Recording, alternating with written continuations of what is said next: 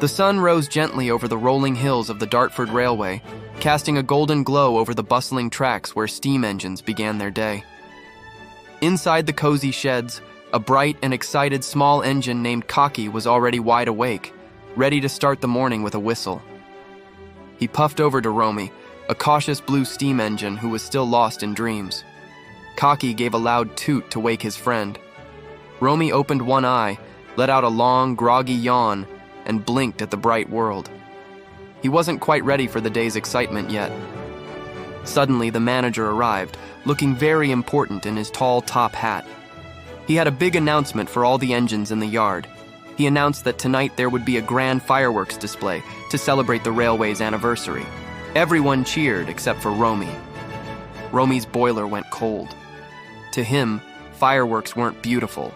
They were loud, unpredictable, and very dangerous.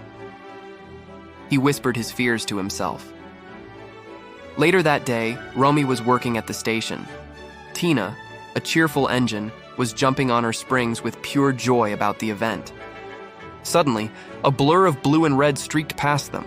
It was Thomas and Bertie the bus, locked in one of their famous races. They screeched to a halt in the yard, immediately arguing about who had crossed the line first. Neither was willing to back down. Blackie, the authoritative steam engine, rolled up and scolded them for their recklessness. Safety was always the first priority on the Dartford tracks.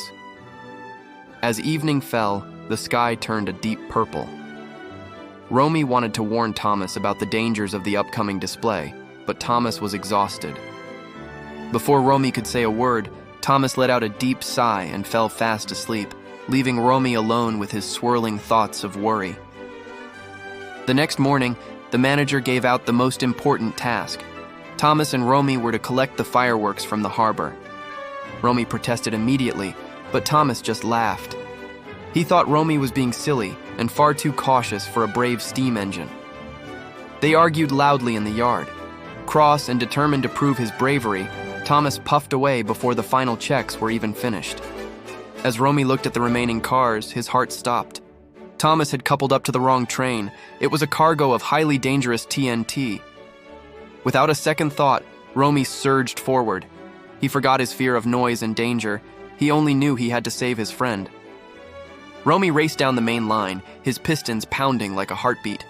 He had never moved so fast in his entire life. Meanwhile, Thomas reached the top of a steep hill. He looked back at his cargo and finally saw the terrifying warning labels on the trucks. Panic set in as the heavy train began to push him.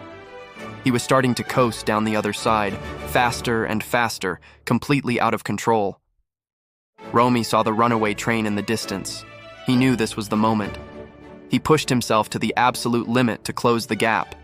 With a heroic surge of steam, Romy caught up to the back of the TNT trucks. He carefully coupled his buffer to the runaway train. Using all his strength, Romy applied his brakes. The screeching of metal filled the air, but he didn't let go until the train finally slowed. Thomas was safe. He looked at Romy with new respect, realizing that Romy's caution wasn't weakness, but the very thing that saved them both. That night, as the fireworks finally lit up the sky, Romy watched them with a smile. He was no longer afraid, for he knew he was a hero.